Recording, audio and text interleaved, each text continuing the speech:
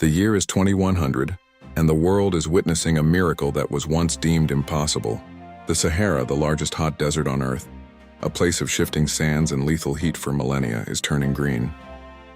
This is not a sudden accident of nature, but the culmination of the most ambitious mega-project in human history, the completed Great Green Wall. Stretching 8,000 kilometers across the width of Africa, this living monument has evolved from a sophisticated, AI-managed ecosystem. For centuries, we viewed the desert as a void, a boundary of death. But today, it is the heartbeat of a new civilization. As the Marcus AI voice guides you through this transformation, we see the first signs of change. The West African monsoon, once erratic and weak, has intensified. The moisture released by billions of newly planted acacia and baobab trees has altered the regional climate. Clouds now gather over lands that haven't seen rain in a generation. In Islam, there is a profound teaching that if the hour, day of judgment, is about to be established and one of you is holding a palm shoot, let him plant it. This spirit of eternal hope is what fueled the generations that built this wall. We are not just planting trees. We are restoring the mizan, the perfect balance of the earth. But how did we provide the water for such a massive feat in a world plagued by scarcity? The answer lies in the sky and the sea. The secret to the Sahara's resurrection began with the atmospheric water revolution. Scattered across the dunes like giant glass lotuses are the AWG-9 megastructures. These are advanced atmospheric water generators, powered by the relentless Saharan sun. Using high-efficiency desiccant cooling technology, these machines pull millions of liters of pure, fresh water directly from the air every single day. This isn't just a drop in the bucket, it's a river created from thin air. Visualize the aqueduct networks, transparent pipes pulsing with life, snaking through the sand to deliver nutrient-rich water to the roots of every sapling. AI sensors buried deep in the soil monitor the hydration levels of every single plant, ensuring not a single drop is wasted. This is precision stewardship. We are seeing the desert floor, once blinded by the white heat of the sun, now shaded by a canopy of green. The temperature beneath these trees is 20 degrees cooler than the open desert. This cooling effect creates a feedback loop. More shade leads to more moisture, which leads to more rain. We are witnessing the birth of a new climate, but the project faced a terrifying threat in its early years, the great dust storms of the 2060s. To stop the sand from swallowing the young forests, humanity had to build something even more daring: the solar glass shields. Stay tuned as we dive into the engineering marvels that protected the garden from the wrath of the desert. By 2120, the Green Sahara was under siege. The desert did not give up its territory easily. Massive sandstorms, some the size of entire countries, threatened to bury the new forests under 1 million tons of grit. To save the project, the Shorai Initiative deployed the Glass Guardians. These are vast arrays of semi-transparent solar panels that act as both power plants and windbreaks. Imagine walls of reinforced AI-designed glass rising 50 meters into the air, curved to deflect the sand over the top of the forests. These aren't just barriers, they are the lungs of the desert. The glass is coated with a special nanofilm that captures solar energy with 50% efficiency, powering the entire African grid. Beneath these shields, a microclimate has formed. For the first time in 10,000 years, moss and ferns are growing in the heart of the Sahara. We see the Silk Road of the South, a high-speed maglev train powered by this solar energy, gliding silently between newly formed oasis cities. These cities are the pinnacle of futuristic architecture, built from 3D printed desert sand turned into lunar crete. They are carbon-neutral, vertical forests where humans and nature live in complete harmony. This is the realization of the futuristic city niche, a place where technology serves the environment, not the other way around.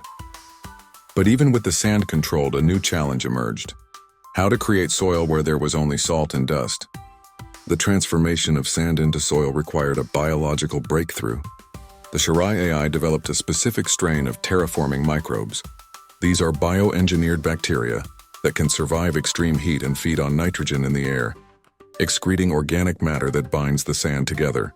In the visual reconstruction, we see biodrones swarming over the dunes like clouds of silver bees, spraying this microbial mist onto the landscape.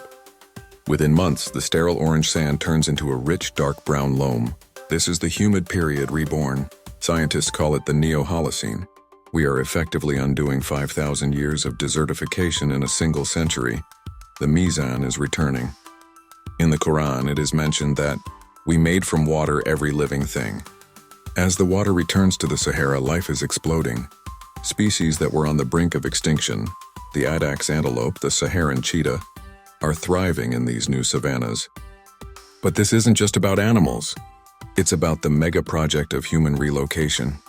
With the rising sea levels in the north, the Green Sahara has become the new cradle of humanity, a sanctuary for 1 billion refugees. This is the ultimate alternate reality, a world where the desert is the most crowded and prosperous place on Earth. But what secrets are hidden beneath the ancient sands now revealed by the moisture?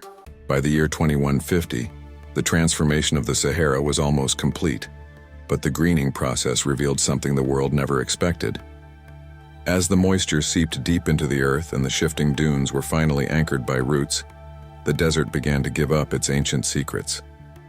Using advanced LiDAR sensors mounted on Shorai AI drones, scientists discovered the ruins of a lost civilization, a river world that existed 10,000 years ago during the African humid period. We found vast networks of dried-up riverbeds now filling with water for the first time in millennia. But these weren't just fossils. We found the crystal aquifers, massive natural underground reservoirs that had been sealed for ages. The mega project shifted its focus. Instead of just pulling water from the air, we began a process of aquifer resuscitation. We engineered massive vertical water spires that reached 2 miles underground, tapping into these ancient pure water sources to create the Great Inland Sea of Chad. Visualize a desert once famous for thirst now hosting a body of water the size of Germany. This sea has completely stabilized the regional weather. The humidity is now so high that the Sahara creates its own rain cycles without human intervention. This is the ultimate goal of any mega project, to reach a point where technology is no longer needed because nature has taken back the lead. In this part of the journey, we explore the floating cities of the Chad Sea. These are modular, solar-powered islands that move with the currents, housing millions of people in a climate-controlled paradise. It is a testament to the Islamic principle that the earth is green and beautiful and Allah has appointed you His stewards over it. We are seeing that stewardship in action. We aren't just surviving, we are flourishing in a land that was once a graveyard. But as we reclaimed the land, a new mystery emerged from the deepest parts of the old desert. Strange, non-human artifacts buried near the Tibesti Mountains that suggest we weren't the first to try and green this planet. It is now 2180. The Green Sahara has become the economic and energy powerhouse of the entire world. The solar glass shields we discussed earlier have now expanded into the global energy ribbon. Because the Sahara receives the most consistent sunlight on the planet, Africa now exports 80% of the world's clean energy through a network of transcontinental supergrids. This energy isn't just powering lights, it's powering the great desalination engines on the Atlantic coast, which pump millions of tons of seawater, strip the salt, and send the minerals to be used in futuristic 3D printing factories.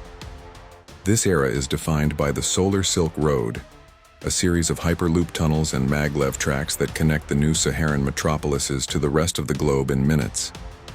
We see the City of Noor, a vertical megacity built entirely of glass and recycled ocean plastic, glowing like a diamond in the middle of a lush tropical forest.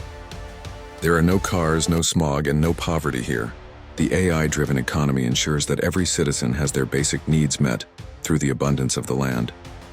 But this prosperity brought a new responsibility. The greening of the Sahara had a side effect. The dust from the old desert used to blow across the Atlantic and fertilize the Amazon rainforest. With the dust gone, the Amazon began to wither. Humanity faced a global ecological crisis. The solution was another mind-blowing AI breakthrough, the Bioaerosol Project. We created artificial nutrient-rich mists that are launched from the Saharan coast into the upper atmosphere to simulate the old dust clouds. We are now literally tuning the Earth's atmosphere like a giant musical instrument. We have moved from being survivors to being the architects of a planetary ecosystem. But in the final years of the 22nd century, we realized that the Earth was only the beginning. The lessons we learned in the Sahara were about to take us to the stars. The year is 2200, the mission is complete. The Sahara is no longer a desert. It is a sprawling global garden of peace and scientific advancement. We stand at the Shorai Vision Observatory, at the summit of the Ahagar Mountains. looking out over a horizon that is completely, vibrantly green. We see children playing in parks where their ancestors once feared to walk without a liter of water. The mizan, the divine balance, has been restored. The video concludes with a powerful reflection on what this means for our future. The Green Sahara wasn't just about planting trees. It was about planting a new mindset. We learned that technology is at its best when it serves the creation. As we look up from our garden, we see the first terraforming arcs leaving for Mars. Everything we learned in the Sahara, the atmospheric generators, the microbial soil, the solar shields, is now being used to turn the red planet into a second Earth. We end with a message of hope. No matter how dark the predictions for our climate might be, the human spirit, guided by faith and intelligence, can overcome any desert. The Sahara is proof that even the driest land can bloom if it is tended with love and wisdom.